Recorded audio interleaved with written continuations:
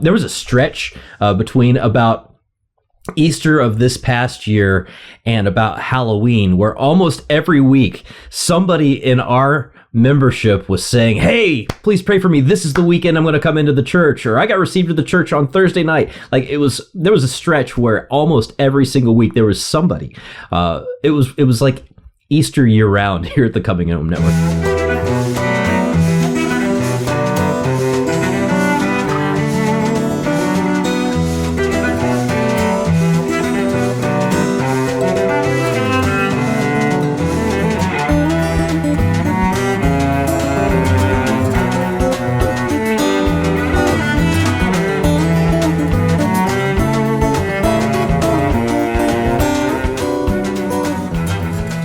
Hello and welcome to a special presentation of the Coming Home Network. I'm Matt Swaim. You may recognize my confreres Ken Hensley and Kenny Burchard from the project we do together called On the Journey.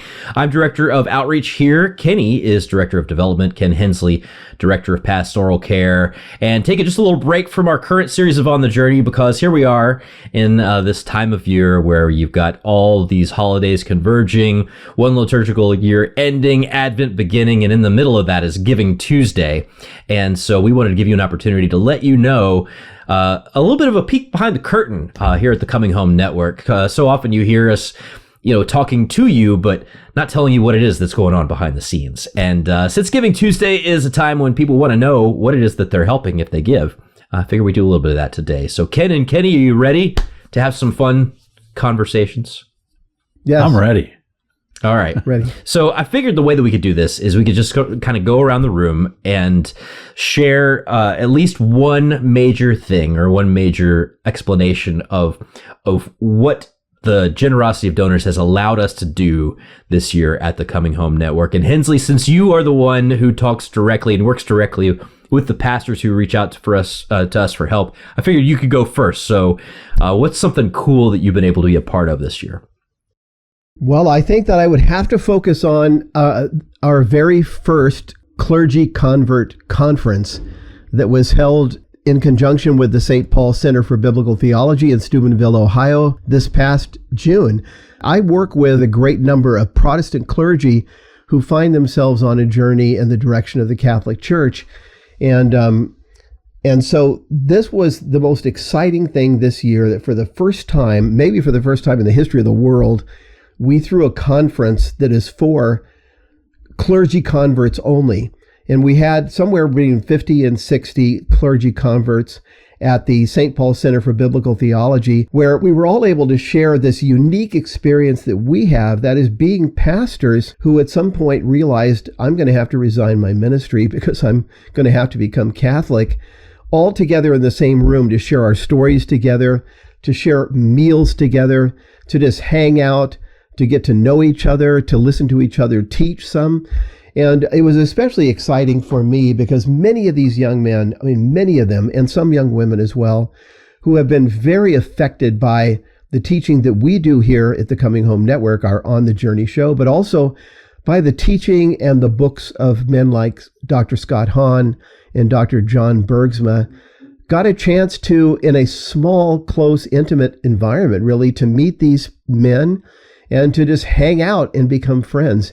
It was so exciting. And I'll just say one more thing. There were at least two of the pastors that attended that conference who, after leaving or immediately before coming to the conference, actually told their denominations that they were stepping down from ministry to enter the Catholic Church. So those who support the Coming Home Network support my ability to work with these pastors and support our ability to have a conference like this, and actually to help some of them to come as well, because some of these men, they've just left the ministry and they're hunting around for a new way to make a living, and they couldn't possibly even afford to go to something like that. And we were able to help them from our Shepherd's Fund. And it's just one little highlight from this last year, but a major one. Yeah, I've talked to a couple of the guys who were there who said that they've just made lifelong friendships that weekend, that they're texting these guys. They're texting each other every day, praying for each other, got to sing together, got to pray together. Kenny, I know this is big for you because you are you are also a former pastor. So I know that this was a big highlight of your year as well. Yeah, it was like a homecoming gathering with pastors from all different backgrounds and denominations who all have the same thing in common. We all either came from or were in the process of coming from Protestant, evangelical, non-Catholic ministry into the Catholic Church. So to be with these guys and to hear their stories, and to be with our founder Marcus Grodi and his son John Mark, and with all the people really who have a history in what God has been doing over the last several decades of bringing people home from Protestant ministry, was a powerful, powerful thing. And like Ken said, it was because of our donors, truly, that we were able to pull this off and make it happen. And we're so grateful. Yeah. And, even just hearing some of the stories of the folks afterward and who had kind of like the courage to kind of keep going and take the next right step in their journey, having been empowered by that. I'd say for myself, a lot of what I do at the Coming Home Network is stuff where I'm putting other people's names on it when it goes out. So as director of outreach, I help put together the newsletter with Rocky McCormick. I produce the Journey Home. You see my face on the journey, but I'm also kind of in the mix behind a lot of things. And so that includes our online community and some other ways of interacting in pastoral care with lay people. But let's say that like the coolest stuff I get to do is completely invisible. Like it's stuff that nobody would ever get to see on the outside, because what they see, through outreach is often sort of the completed product of someone. And not that anybody's ever completed, but someone who's finally kind of taken enough steps to feel confident enough to share their journey externally. To me, the cooler moments that I get to experience are, in our online community and Fellowship Friday and others, where you find someone who has reached out to us and maybe has been talking to us for, in some cases, years, has finally decided that this is the week they're going to call their local Catholic parish and say, I'm going to start OCIA. I'm going to start taking instructions. There was a stretch between about Easter of this past year and about Halloween where almost every week somebody in our membership was saying, hey, please pray for me. This is the weekend I'm going to come into the church, or I got received to the church on Thursday night. Like there was a stretch where almost every single week there was somebody. It was like Easter year round here at the Coming Home Network. And there's also all those like little moments where you meet someone who has been just struggling. They were thriving in their ministry in a Protestant congregation. Maybe they weren't the pastor, but maybe they were a Sunday school teacher, or maybe they were involved in a Bible study, and they've just not found their place in the Catholic Church, and then they find it. And what an awesome thing to have walked with that person and heard how frustrating it was for them, and to see them finally make that connection. The other thing too is that the other just little moments you have where someone will come on to one of our Fellowship Friday meetings, for example, and say, please pray for me. I'm getting ready to have this incredibly difficult conversation. Here's what you need to understand about the relationship I have with my parents, or the relationship I have with this mentor of mine. And somebody else in the community will say, I know what that's like. I've had to have that conversation. And, message me, like, to make these connections, because I don't think that people understand exactly how lonely and isolating it can be without companions on the journey. And to be able to provide that in so many ways, I mean, I wish the donors could come and just sit on every single one of these meetings, because it's incredible to see the amazing hidden work that the Lord is doing. But speaking of which, Kenny, your job is to talk directly to the donors. So I wonder maybe what have been some of the coolest exchanges and opportunities you've seen because of their generosity this year? Yeah, my mission is to connect with our missionaries in the sense of their being our partners in mission. And, Matt, a couple of years ago, as a team, we decided not to just think of or speak of our donors as quote unquote donors, but to instead think and talk about them as our partners in mission, because that's exactly what they are. The Coming Home Network does not exist without any of them. They quietly and behind the scenes continue to fund what we do so generously, day after day, month after month, and year after year. The joy of my work here is that I get to spend quite a lot of my time talking with them and listening to them. And what I hear over and over and over again from them is they love us and they continue to support what we're doing because they love this mission of helping Protestant pastors and their families make this lonely, difficult, perilous journey into the Catholic Church.